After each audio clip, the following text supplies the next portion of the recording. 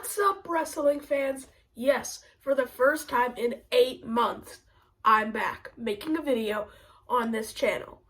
However, before we get into the main topic of this video, I want to address that yes, I know I made some false promises in my last run as a YouTuber, and I'm going to get to that at the end of the video.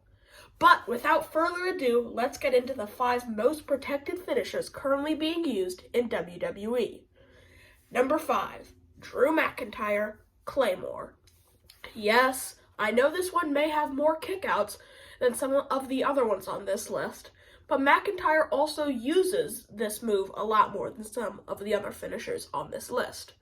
So when a superstar like Brock Lesnar or Big E kicks out of the Claymore, it instantly elevates the match to a whole new level and always gets a huge reaction from the crowd.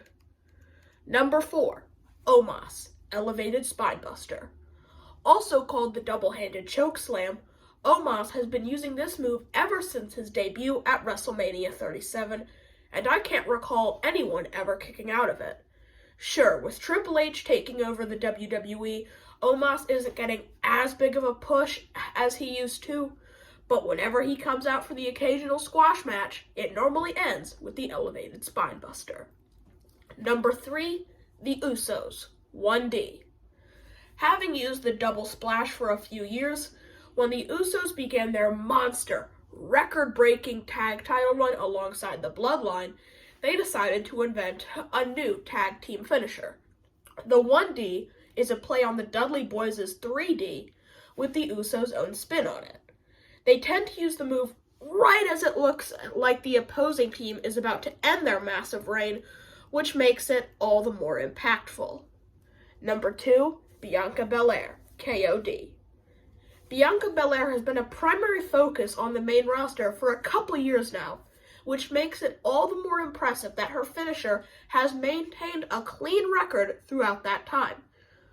What makes this a good move is that Belair can hit it on anyone, even Doudrop, and it shows her power by having the opponent lifted into the torture rack to start off the move, which, mind you, is not an easy thing to do. And number 1, Roman Reigns, Guillotine. When Roman Reigns returned to the ring in August 2020, he came with a much more diverse moveset, including this new submission finisher. Reigns has traditionally used the guillotine whenever the spear, his other finisher, isn't enough to put his opponent away. In the 2.5 years Reigns has held the Universal Championship, no one has ever been able to break out of the guillotine. So that will do it for the content portion of this video. Now turning to the personal side. Like I mentioned in the intro, I made some false promises during my last run, and I'm not gonna lie, I stopped making videos because I was afraid of backlash for not being able to deliver on those promises. And you may not care, that's okay. If you don't, then go ahead and click off this video and do whatever else you wanted to do today. Okay, so if you're still here, I want to apologize for those false promises in my last run. I hope you can forgive me and keep watching my videos.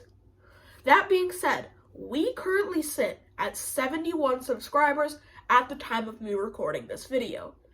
I would really appreciate it if we could get to 100 by the time I get out of school in June, so I can start cranking out the content for a larger audience over the summer.